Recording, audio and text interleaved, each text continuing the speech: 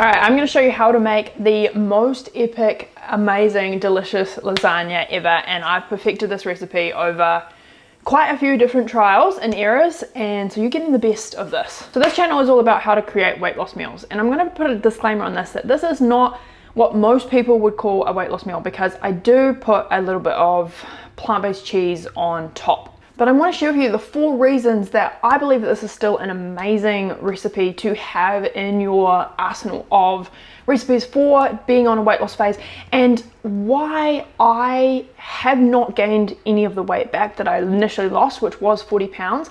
And a lot of it is because I have better options. And so I want to share with you at the end of the video how I make decisions about what is a weight loss meal and what isn't, and why I've been able to maintain that weight. But let's get into the recipe first. And I made this the other day to share with my family, who absolutely loved it, and my mum and I collaborated. So she made the sauce and I made the tofu cashew ricotta filling. And so I'm going to prepare that first. And if you want to make this very, very easy, then just use a pre-made passata or some kind of pasta sauce. Or if you want to make it that next level and spend a bit more time, then you can use the recipe that I have for my bolognese and have that as the pasta sauce for this recipe. But I just wanted to save a bit of time. She'd already made the sauce. Let's go.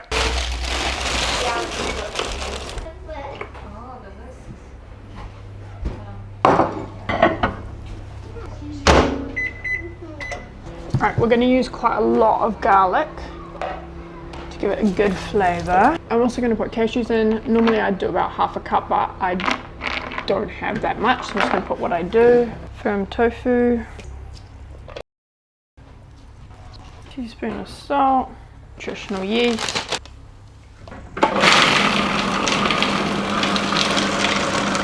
soy milk,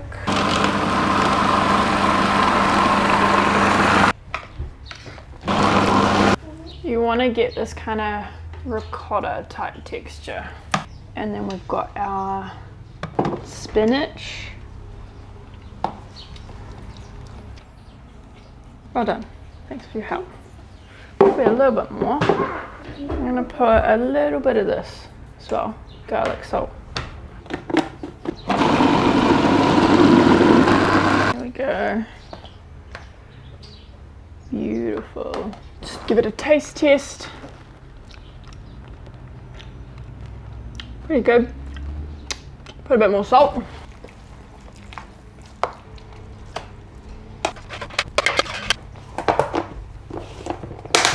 I'm at my parents' house and we're going to make this lasagna.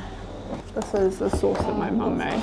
So this is quite a fancy pasta sauce, but really you could just use anything like this, or just make up your own kind of pasta sauce with tons of veggies, and I'd use a bit of this. So I'm going to put some of this in anyway, and then I'm going to start layering this up. Some quick lasagna.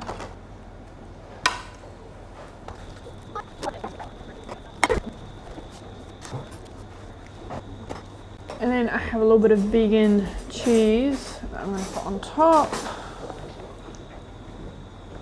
This is what it looks like. It's my parents' house. Still being built. It's very nice. My mama. Put it down there. And the chicken picked up the first one. It's pretty good. What do you think? Excited? So yummy-licious. Yummy-licious. What do you think, Morgs? Yeah. It looks I pretty get good. Hey, can I ask you guys a question? What did you think? Good? Yeah. Awesome. Yummy-licious. I'm waiting for the video to be over so I can eat that one. This was so flippin' good, and I definitely would make it again. Here's a couple of things. I know there's going to be people in the comments saying that this is not a weight loss recipe, or you didn't eat like this during your weight loss phase. The truth is that I did. The biggest difference is that I didn't share a lot of that stuff because it wasn't maximum weight loss, or it wasn't weight loss meals per se. Since that time, and been able to maintain my weight for coming up 5 years, I want to share more about how I've actually not gained any of that back, and it's because I don't categorize food as good or bad. I don't have like a weight loss meal and then a not weight loss meal. I'm seeing that in terms of an entire spectrum of the foods that I eat over the course of a week or a month or even over the course of a year. And the biggest thing that has helped me, and the one reason that I think I haven't gained the weight back where I've seen other people on this journey who have, is that I'm always asking, how can I make my meals better? I'm not all or nothing in my behavior. I'm not potato reset, amazing meals, and then binging. It's, hey, like sometimes I'm going to be more intentional. During my weight loss phase, much lower calorie meals. I didn't even really eat flour at that point, which I do now, and I did towards the start of the end of that. But when I wasn't eating those things, it wasn't like a big binge. It was, hey, how can I make this better? So I see choices as a spectrum as opposed to either you're in or you're out.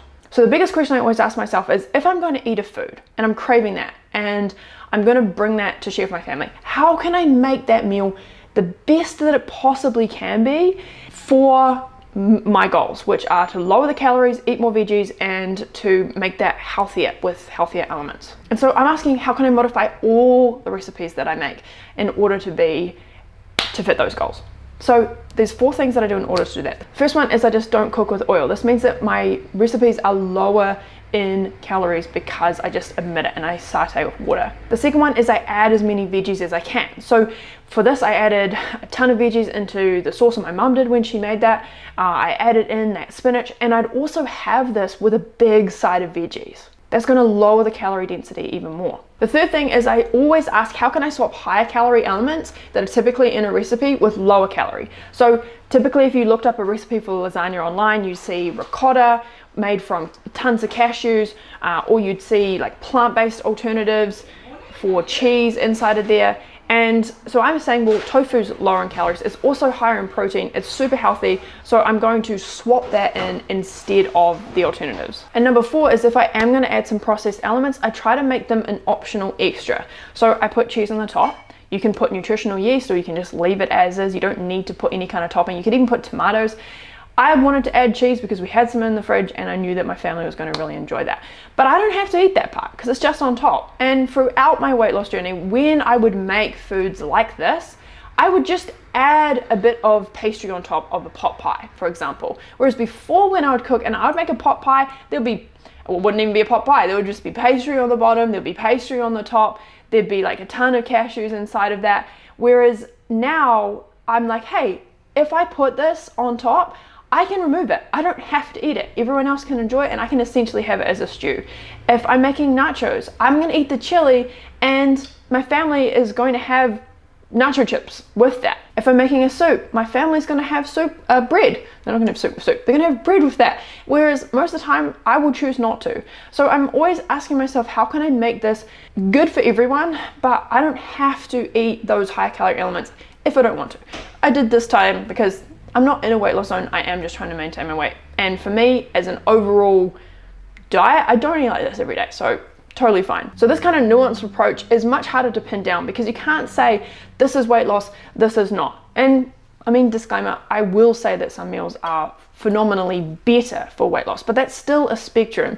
And your journey is your journey. Really, all you're trying to do to get into a weight loss zone is have lower calories than where you are today. Because if you're currently maintaining your weight, eating the amount of calories that you are, and that includes some weekend binges, it includes like a normal kind of lasagna, then for you to have one that is lower in calories than what you normally would be eating, conceivably means that you can lower your calories and get into a calorie deficit and start losing weight. So your starting point is really the only metric from where you need to lower calories. You don't have to have that optimized per se. You just need to start making better decisions than what you normally would and build habits around that so that you can layer over that over time. This is a much better option than 99% of lasagnas, and really I would say that this is a phenomenal weight loss meal if I was going to add a ton more veggies as a side and I just was going to leave out the cheese. Like, that's really the only thing. Let me know if you're going to give this a go in the comments. Let me know if you love lasagna like as much as I do. I don't make it very often because it's too time consuming, but it's an amazing thing for an occasion.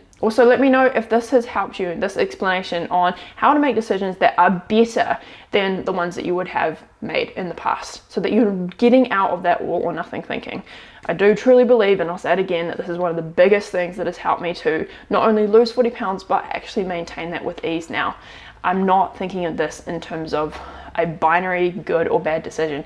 I'm just making things better than what they could be and what I've done in the past. So I'm continually trying to improve. All right, that's it from me, and you'll see me in another video next week. Bye.